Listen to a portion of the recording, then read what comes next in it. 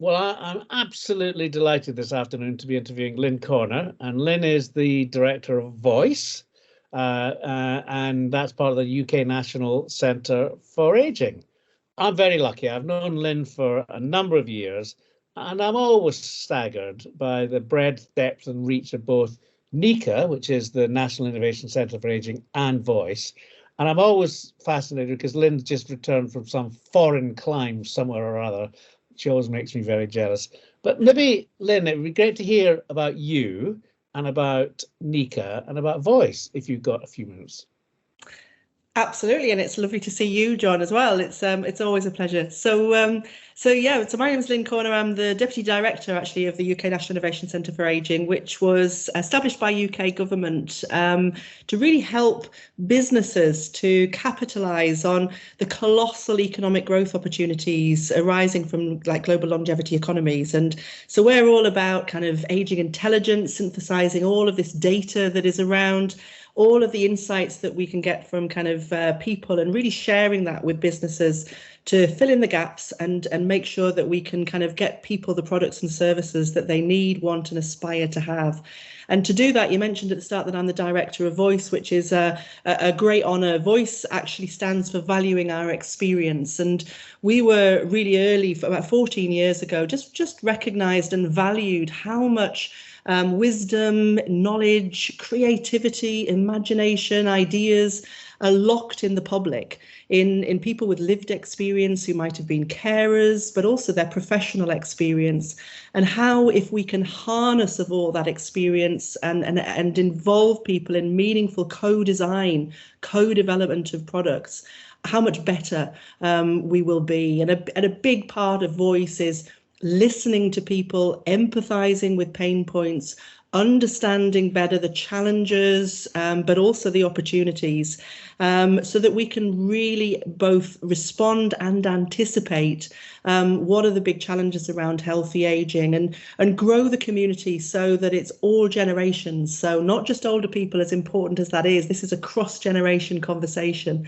So we have people of all ages, all backgrounds, and I think that's really, really important for this agenda. And you're not just in the UK, are you, Lynne? No, not at all. You mentioned that I've just come back, and I apologise if I'm a little husky, because I developed a bit of a chest infection when I was away. But this agenda really is truly international, and all countries everywhere are grappling with the challenges and also the opportunities of healthy ageing. We are based in the UK, in Newcastle. But we also have chapters of Voice in the US, Canada, in Australia. 600 million people in Asia will be over 60. And so we also have a chapter in Singapore, in China, Taiwan, and as well as Europe and Italy, because obviously this affects our European neighbours as well. And that's really important, because we want to understand where there is commonality, where so much of this agenda is shared. If you have a family member who needs care, for example, that's very much the same issues for families, whether you're in Singapore or if you're in Sunderland or in Seattle. But obviously you have to understand the different cultural responses, and that's what we effectively do. I'll come back to that in a minute, because I think that's a really, really important point. I think sometimes we can be a bit parochial here in the UK, and what we don't really but I'll come back to it. So look, Lynne, you and I know each other in a much broader sphere, much broader context, but you also know what we're doing with the Healthier Working Lives for Older Care Workers programme. And I'm really keen to hear your views on the innovation landscape in the care sector specifically. So let's talk about that, and then maybe we'll come on to talking about innovation in the healthy sector generally. Could we just talk about innovation in the care sector and your perspective on that, the challenges, the opportunities, the barriers? Well, for sure, innovation is needed. Supporting innovation in the care sector is just a massive priority. I mean, I know that the wider context, I guess, is that governments are trying to kind of make sure that we kind of encourage thousands of over 50s and so on to be retained in the workforce or return to the workforce. So we've got to see how successful those programs are. But we have to support the care sector. It kind of underpins everything else about healthy aging, because we've got to make sure that people are reaching later life in better shape than before. They've got to be happy and healthy. We've got to look after people's mental health, their emotional well-being, their resilience, in order to make sure that they can continue to make the most of this amazing opportunity around healthy aging. And making sure that they've got the right services and support networks to draw on is just absolutely crucial. At NICA, we've got something called the Internet of Caring Things programme, which is a bit of a flagship programme for us. And that looks at how we can support business startups, how we can grow companies to really support people to live independently, harnessing all this amazing technology, sensors, etc., that are coming through. But fundamentally, it's about, what do people care about? Are we giving them the services and the care support networks that they need? And a big part of that is how we can actually support the care sector, and especially care workers. And that's why we really value the work that you are doing with the Healthy Working Lives programme. We sort of know that the care sector is, we all have to move in, not all of us, but a lot of us will not be able to live independently at home forever. And many of us will have to move to the care sector. I was talking to Una Smith recently, who's CEO of Skills for Care. And what I hadn't realised is how big the sector is, how much of a contributor to GDP it is. And what we need to do is we need to sort of reposition and rethink about the care sector, to think about it as a positive thing, rather than, I think, the way it's maybe perceived at the moment as a drag on our economy. I mean, what's your view on how we can fundamentally shift the way we think about the sector? I think we have to, as you say, have a radical rethink about, what is care, what do we value, and what is healthy aging. It is vital to be able to look after the most frail and vulnerable in our society, and at home is not always the best place. Yeah. People can be very lonely, they're not getting the quality care. So investing in the care sector, for me, is an absolute no-brainer. But we have to make sure that we can raise standards, look after the care workers, value them, look at kind of care structures, and also tackle some of the really big meaty problems that are often the elephant in a room in terms of how do we pay for care, who pays for care, because we see some fantastic models coming through, really creative, innovative founders, imaginative solutions that can work in the care sector. But, so many of them still do not succeed. They struggle to scale because of really clunky commissioning structures, this no clarity on willingness to pay, or indeed ability to pay, or just, some of the factors that are really stifling the potential of the care sector, and really kind of, ultimately stopping people having the quality of care that they deserve. Yeah. It's quite interesting. I was just before you and I started talking, I was listening on the radio to Lord Brown, who's obviously clearly at COP28. So that gives you an idea of when we're having this interview. And one of the things he said was, we've got to get more funding into the sector. We need 3 times as much funding as we have currently. And I can't help but think that's the same situation with the healthy aging market. How are we going to change that? What are you doing to think about that, and how do we change it? Yeah, I think everyone will say they need more funding, but I think we do need more funding into the care sector. That's for sure. I mean, you've got to look at these things holistically. Often it's not necessarily new money. It's actually about smartly using money better. We're currently working, it's infuriated those of us working in the sector for decades that government departments especially work very separately. Are we as a society leveraging resource properly in terms of connecting data better, connecting services better? That remains to be seen. And I think, we also, as well as looking after the care sector, we've got to look after the workers, and that's about investing indirectly in prevention. It's really important. 40% of healthcare costs in the UK and in other economies are spent on, treating and managing conditions which are fundamentally avoidable. and looking at, for example, cardiovascular disease. And so we've got to shift sick care to a new model of helping people stay healthier for longer. And that means investing earlier. So for care workers, looking at their health, looking at their emotional and mental well-being as well. So it's about sensible, timely investment across the whole spectrum, and stop working in silos and connect things up more, I think. I mean, that's certainly our experience on the Healthier Working Lives programme. I mean, we so desperately need to keep older care workers in the system. They're the ones with the knowledge, the experience, the wisdom, and yet they find it challenging to stay in the system.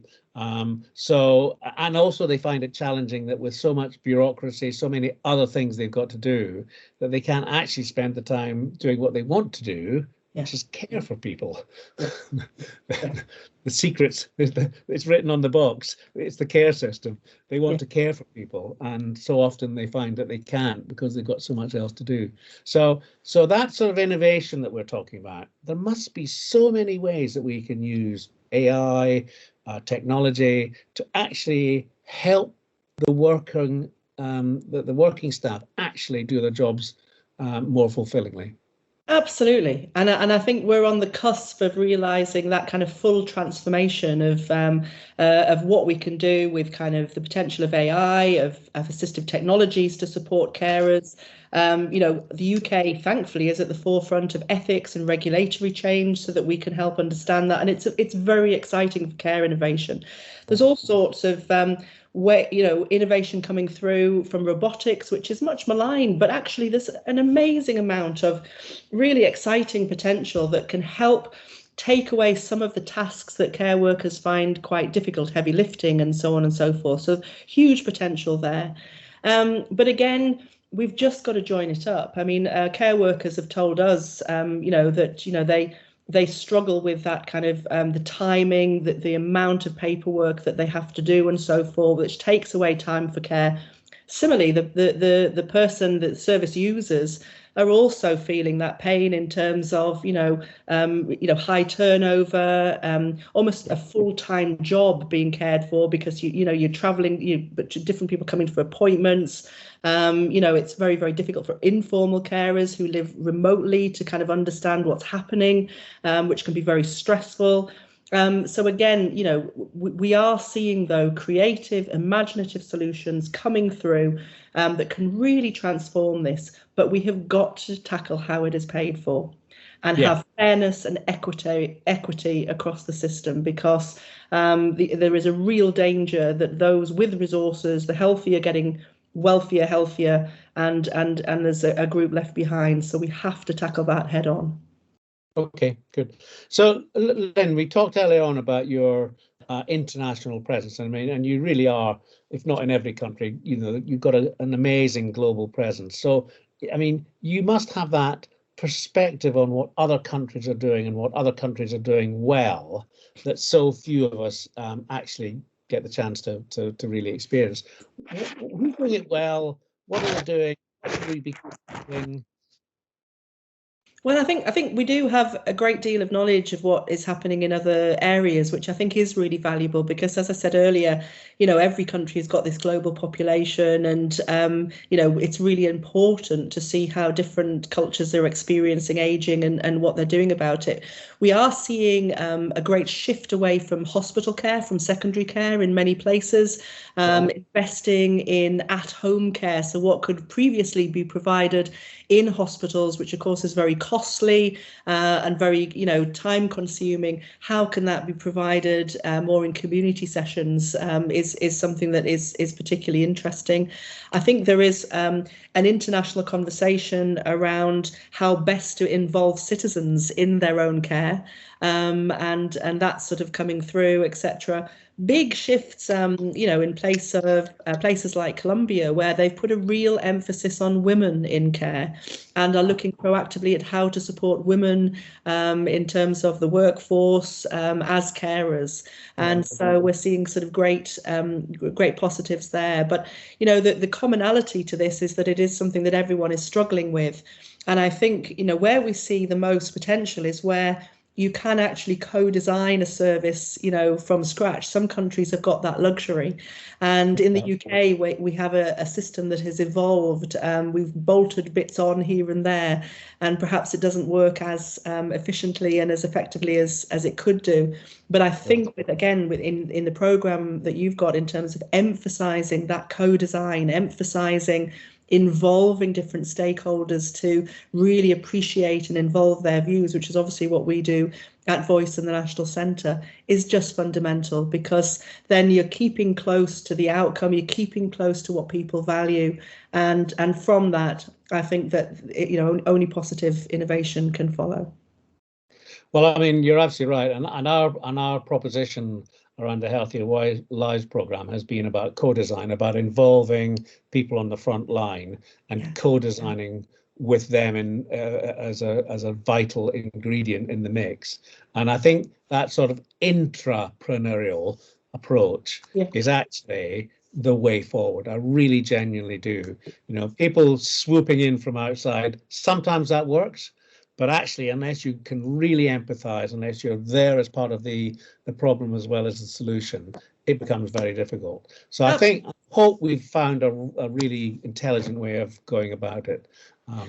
I hope so too, and I'm really keen to see the results. I think it's a fantastic programme, and really commend you on that. But absolutely, I mean, I think, but the wisdom, the ideas, the creativity, yes, it's in businesses and innovators, but it's in people with experience, and that could be service users with experience, but also workers with experience. And I think when you've got that way of bringing them together to harness that conversation and focus down on what people really know matters, that's where magic can happen. And I'm really excited to see what comes out of the programme, and really value what you're doing.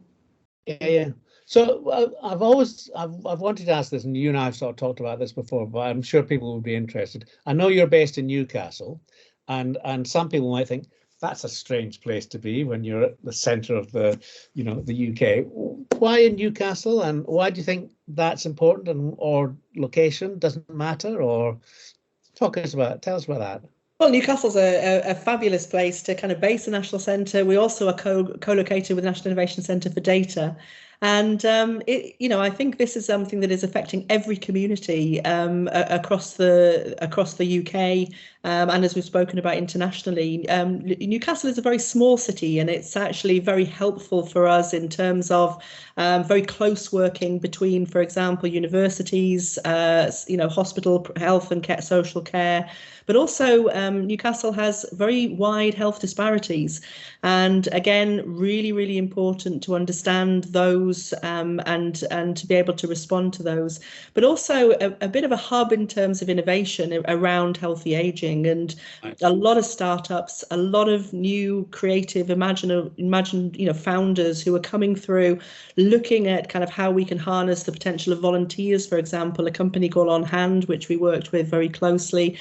A company, Belvy, which I know came through the Healthy Aging Grand Challenge, again looking to redesign and the whole kind of culture of care, and we're able to support and nurture those companies in order when they're starting off, and they're a really strong part of this ecosystem, because no company, no kind of care sector can exist without that really flourishing ecosystem of services, products and support around it, so that every stage of the journey, as people transition through different care stages, they've got access to really smart, innovative, imaginative services which are really supporting the quality of life and the quality of care, and it's nothing less than people deserve. Great. So Lynne, you're probably aware that Nick Palmerini is actually speaking. We've got an end of programme event at the end of February, which I'm sure there'll be an invite coming your way very soon. I hope you'll be able to attend. But Nick's speaking at that and on a panel. I'm always amazed at how you and Nick work together, bearing in mind particularly because you're flying around like so-and-sos. How do you work together, and what's your sort of common shared vision for aging, and how it's going to change? He's an absolute pleasure to work with. We have a complete... Yeah, very nice risotto once as well. Yeah, So. yeah, no, he's a pleasure. Nick's a pleasure. I think what I love about Nick is that he is so creative and so innovative and imaginative. And one thing is for sure, we cannot continue just to go down the same routes. We've got to, think differently about this whole area of aging. We've got to really enable really the smartest technologies to come through and really use the power of data. Data is everywhere. And I think that's what part of the joy. But I think what connects Nick and I more than anything is that understanding, that deep understanding that this is an issue for humanity. This is about people. This is about individuals. It's about families. It's about communities, and asking, are we longevity ready? There's plenty of rhetoric about this agenda. We know it's an amazing opportunity to have the 100-year life, but the reality is that we need in our lives easy, accessible, cheap, affordable services, products, experiences that are going to help us to realise that. And that's what motivates us as a national centre to bring forward tangible, meaningful products that are going to make that difference. And at the end of the day, we've got to work internationally, because it's only through exchanging those ideas and really kind of being able to spot something on the horizon and bring it forward as fast as possible that we're going to really, be able to kind of meet, the challenge collectively. But we look forward to kind of seeing how your programme turns out. Yeah. And open invitation for people to visit Newcastle. The more collaboration, the more partnership that we can all work together, I think collectively, then that's when we'll achieve more. Yeah. Well, I'd also encourage people who are listening to this to visit the NICA website, look at Voice as well, because there's an amazing wealth of information and stories and ideas there. So Lynne, look, we could talk all afternoon. I'd love to. Let me ask you one last thing. And it may be you or you and Nick, but what's your legacy? What would you like to leave that actually is going to make such a big change to what is such a challenging area, but one with so many opportunities? It's a great question. I think I would say our legacy was involving citizens, involving co-design, valuing the wisdom, the ideas, the creativity that is locked in people, and not seeing people as passive recipients of services, but to see them as co-creating them. That's what Voice in its essence has been doing for 14 years, and I think that's important. The second one is generational fluidity, that actually for this agenda, this is not just about older people, as important as this is about proactively preparing and making sure that people have got the skills, the products, the education, the tools available in order to kind of make the most of the opportunities and the transitions across the life course. So I think that kind of cross-generational conversation is also something that we feel is super important to making sure that we're not just longevity ready, but we're longevity active. Great. Lynne, look, thank you so much for talking to me today. Thanks, John, and all the best to you and the team.